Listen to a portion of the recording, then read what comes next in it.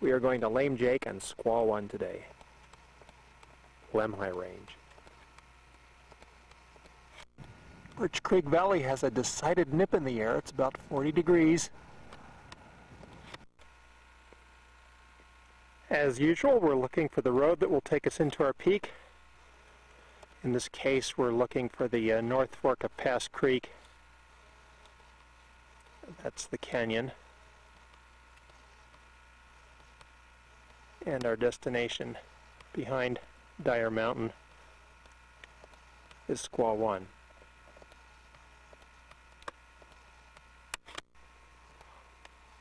One thing we don't lack today is stunning scenery. This is an exceptionally fine view of 11,598-foot Riddler.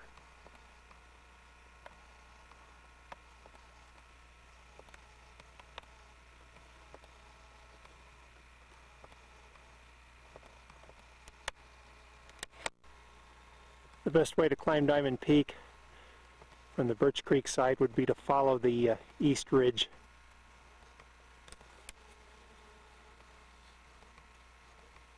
To the summit.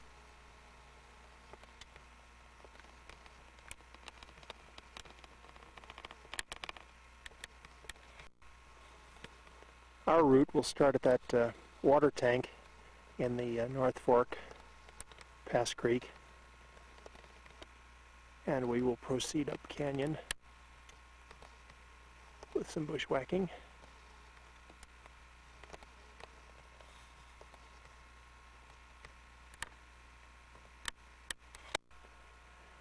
At certain times and places, North Fork Pass Creek is a roaring stream. Now it's given over to silence.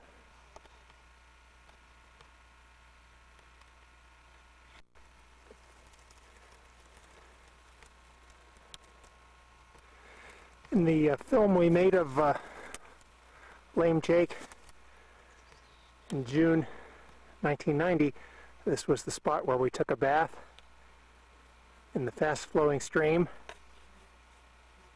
Now things are bone dry. This first part of August.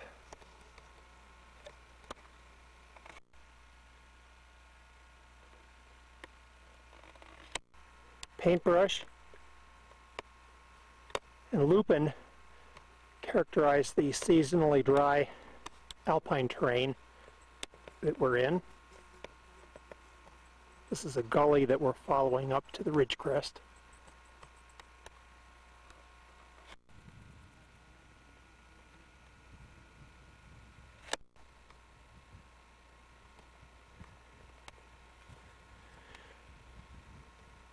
The Lemhi Cirque, to which we're headed, would have skiable snow into the month of June.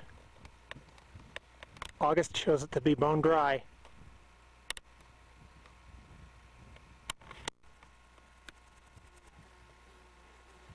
Here's that melted snowfield we're headed up, and I'll get back to you up on the ridge crest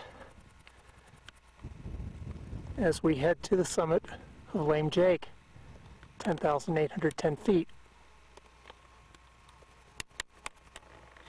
I wanted to make note of this light blue flower here and its identical counterpart, only in white.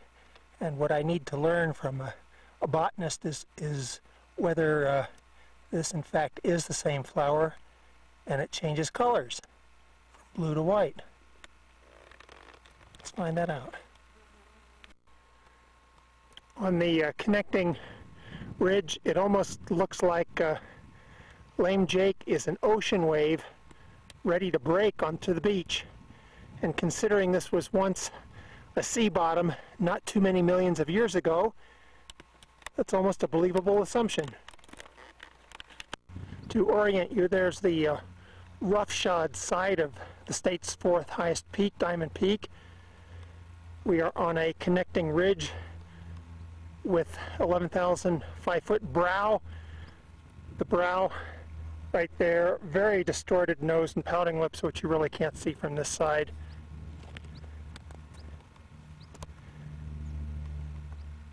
And then we have Lemhi's Peak. Now, here's some real awesome geology. That's soft limestone rock cut by perhaps the glacier that occurred 100,000 years ago. And then a bench, and then the most recent glacier of 10,000 years ago, which was smaller. Reminds us very much of the Death Canyon shelf in the Teton Range, with the two different gouged levels from Pleistocene glaciers. And we're looking down into the head of Rocky Canyon.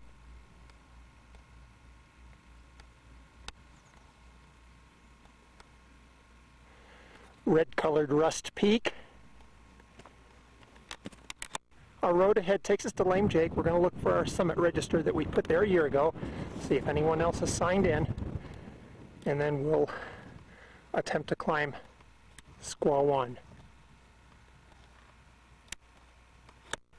Well, after building the cairn 13 months ago on the top of Lame Jake, we see it's still standing.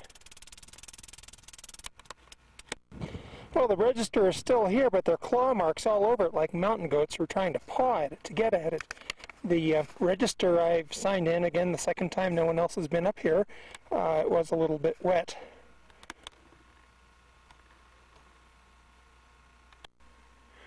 From Lame Jake, we'll walk along the ridge to Squaw 1.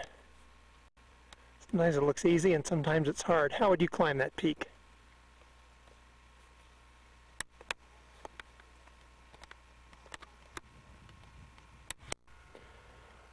Look how low those mountain goats are. Usually they're right up on the crest.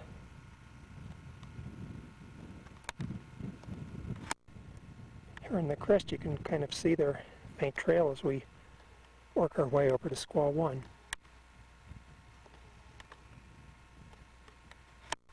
This is about as close as we're going to get to them. I don't know how well you can see them. I've got it on maximum telephoto right now. They're quite content browsing. Lots of greenery in the high meadows.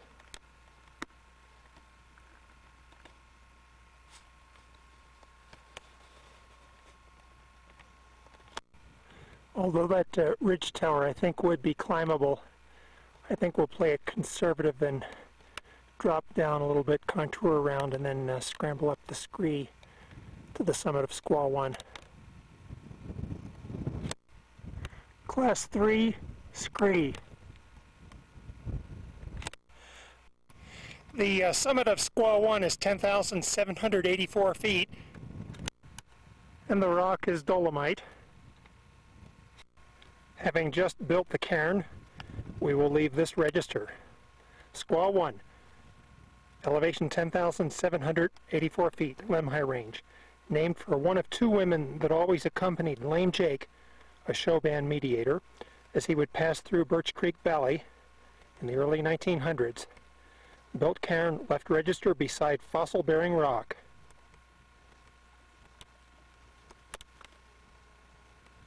Rick Bogger, Idaho Falls, Idaho. Here's the example of the Paleozoic corals.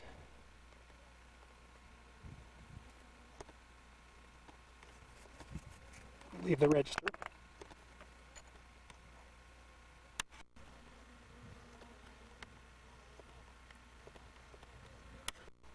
From our summit looking across Bighorn Canyon, we see Dyer Mountain, the mouth of Birch Creek Valley, the Snake River Plain towards Idaho Falls. Last year when we climbed Dyer, we ascended Lame Jake by that rather rugged connecting ridge with that one Class 4 tower right there. We will retrace our steps to Lame Jake, already lost in massive Diamond Peak in front of us. On the main crest of Lemhi's, we have Lemhi's Peak, and then Amy's Peak would be just behind it. North along the main crest we have what we call the baseball peaks, 3rd, second, first, and home. Those peaks could logically be climbed together. Bell Mountain, offset peaks, Rust, Incredible Hulk, Meadow Peak. Immediately to our north, the ridge continues. We went over there, and in fact the point we're standing on is higher. That would be Squaw 2. And we're looking at the upper Birch Creek Valley to Nicolia and the Beaverhead Range. That takes us on a full circle.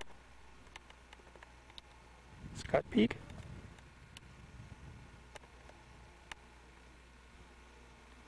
And the Blue Dome area.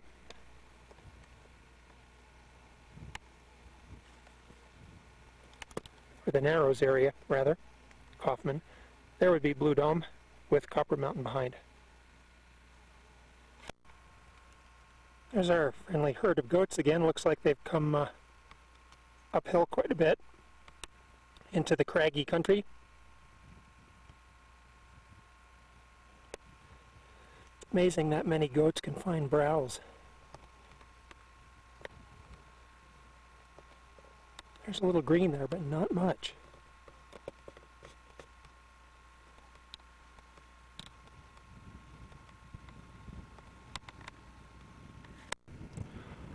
On second thought, they may not be browsing. That may be their spot where they bed down.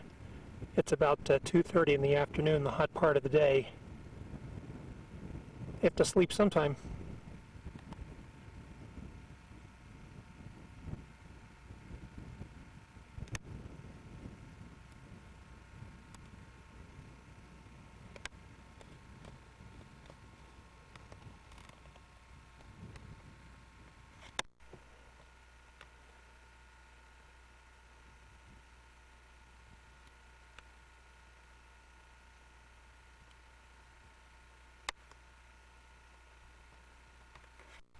Well, it's time to head back. We need to ascend Lame Jake, and then we'll descend by the way we came up.